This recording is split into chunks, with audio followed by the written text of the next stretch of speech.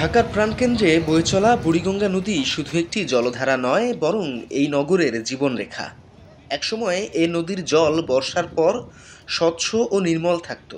নদীর বুক ভেসে চলা ডিঙি নৌকা হয়ে উঠত নগরবাসীর যাতায়াত ও ব্যবসা বাণিজ্যের একমাত্র ভরসা। কিন্তু আজ সেই নদী দূষিত, দুর্গন্ধময়, তবুও থেমে নেই মাঝিদের জীবন ও জীবিকার লড়াই। ব্রিটিশ আমল থেকে সোয়ারীঘাট ঢাকার অন্যতম ব্যস্ততম নৌপথ। পুরান ঢাকা ও জিঞ্জিরার মানুষের সংযোগ রক্ষার প্রধান মাধ্যম ছিল খেয়া নৌকা। ব্যবসা, পণ্য পরিবহন কিংবা সাধারণ যাতায়াত সবই নির্ভর করত এই নৌকার উপর। একসময় মাঝিরাই ছিলেন ঢাকার ট্যাক্সি চালক, তাদের ছাড়া নগরের জীবন থমকে যেত। আজও প্রতিদিন ভোর থেকে রাত অবধি সোয়ারীঘাটে ভিড় জমায় শত শত নৌকা। মাঝিদের সুরেলা ডাক, জিঞ্জিরা জিঞ্জিরা, সোয়ারীঘাট সোয়ারীঘাট। এই আহ্বান শুধু যাত্রী টানার শব্দ নয়, বরং শতবর্ষের এক অদৃশ্য সাংস্কৃতিক ঐতিহ্যের বহিঃপ্রকাশ। সারিবদ্ধ কাঠের নৌকাগুলো যেন শিল্পীর রং তুলিতে আঁকা জীবন্ত প্রতিচ্ছবি। মাঝিদের সুখ দুঃখের হিসাব করলে দুঃখই বেশি। দিনের পর দিন নদীর স্রোতের সঙ্গে লড়াই, রোদ বৃষ্টির ঝড় উপেক্ষা করে যাত্রী পারাপার করাই তাদের নিত্যদিনের কাজ। আয় কম, খরচ বেশি। অনেক সময় যাত্রী না পেলে ঘন্টার পর ঘন্টা খালি নৌকায় বসে থাকতে হয়। রাতে ক্লান্ত মাঝিরা আবার অনেকেই নৌকার ভেতরেই ঘুমিয়ে পড়েন। জীবন ও জীবিকার টানে তারা এই পেশা আঁকড়ে ধরলেও সন্তানদের আর এই কষ্টের পেশায় আনতে চান না। এই পেশা আমি মনে করি, আমি আগে গ্যাস লাইনে কাজ করছি, পানি লাইনে কাজ করছি, ঠিক আছে, সুপার লাইনে কাজ করছি। ওই কাজ অনার আমি পাই না, আমার শক্তি জানা। এই জন্য আমি এখানে এই নৌকা চালান। এই নৌকা চালাতে কষ্ট হয় না আপনার? মনে করি তো বেনে আই, এই তো আসলে আদান দিলে যাই। আচ্ছা, কেমন হয় প্রতিদিন, কি রকম ইনকাম? 300-400 এরকম কামাই করি। এটা দিয়ে আপনার ফ্যামিলি চলে? ফ্যামিলি আমার নিজের দুই চালাই। আপনার নিজেরটাই চালান? ফলান, এটা ফলানই চালাই। 5 বছর।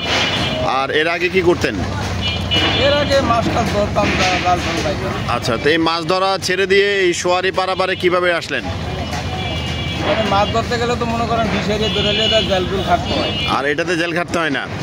সুন্দরভাবে করলে করলাম, না করলে না। যা আয় হয় তা দিয়ে আপনার ফ্যামিলি চলে? চলে। আপনার ছেলে মেয়ে কয়জন? 3 ছেলে 1 মেয়ে।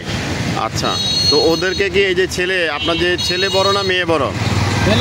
ছেলে বড়। ছেলেকে তো এই পাশে আনেন নাই, বিদেশে পাঠাইছেন?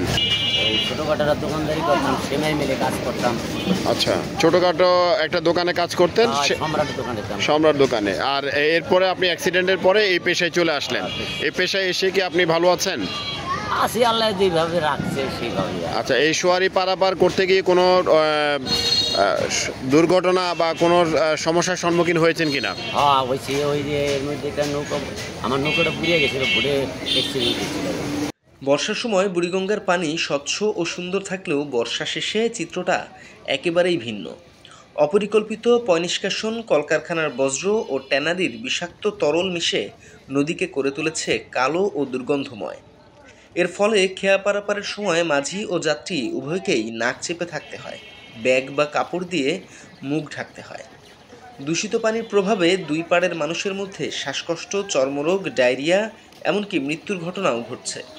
তবুও খেয়া থেমে নেই, কারণ এই নদী মাঝিদের বেঁচে থাকার একমাত্র অবলম্বন। দুঃখের ভিড়েও মাঝিদের জীবনে আনন্দ আসে উৎসবের সময়। ঈদ বা দুর্গাপূজার সময় যাত্রী বেশি হলে আয়ও বাড়ে। ঘাটে তখন উৎসবের আমেজ ছড়িয়ে পড়ে। অনেক মাঝি তখনও ভাটিয়ালি গান গেয়ে নদী কাঁপান। গান শুধু শিল্প নয়, তা তাদের মানসিক প্রশান্তির উৎস। আজ ইঞ্জিন চালিত ট্রলার, লঞ্চ ও আধুনিক সেতুর ভিড়ে ডিঙি নৌকার প্রয়োজনীয়তা কমছে। তরুণ প্রজন্ম আর এই পেশায় আসতে চাইছে না। ফলে শত বছরের ঐতিহ্য হারিয়ে যাওয়ার আশঙ্কা দিন দিন বেড়েই চলেছে। খেয়া নৌকার যাত্রীদের জীবন ও সম্পদের নিরাপত্তায় সমানভাবে কাজ করছে আইন শৃঙ্খলা রক্ষাকারী বাহিনী। নদীতে নৌপুলিশ দিনরাত নিরলসভাবে যাত্রী পারাপারের সার্বিক নিরাপত্তা নিশ্চিত করছে। পাশাপাশি ডাঙ্গায় কেরানীগঞ্জ মডেল থানার পুলিশ কর্মকর্তারাও যাত্রী ও মাঝিদের সুরক্ষা ও আইন শৃঙ্খলা রক্ষার্থে সর্বদা সচেষ্ট রয়েছেন।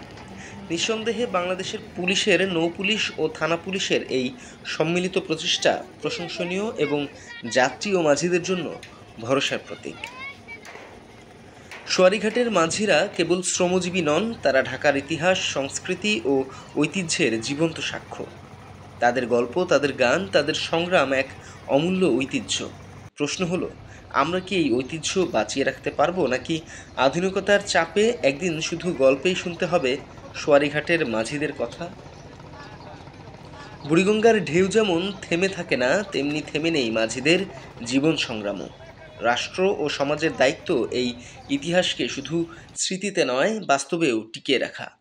নইলে একদিন ইতিহাস হারাবে, বেঁচে থাকবে কেবল হাহাকার। তথ্যচিত্রে শহীদুল ইসলাম খোকন, মাতৃভূমির খবর।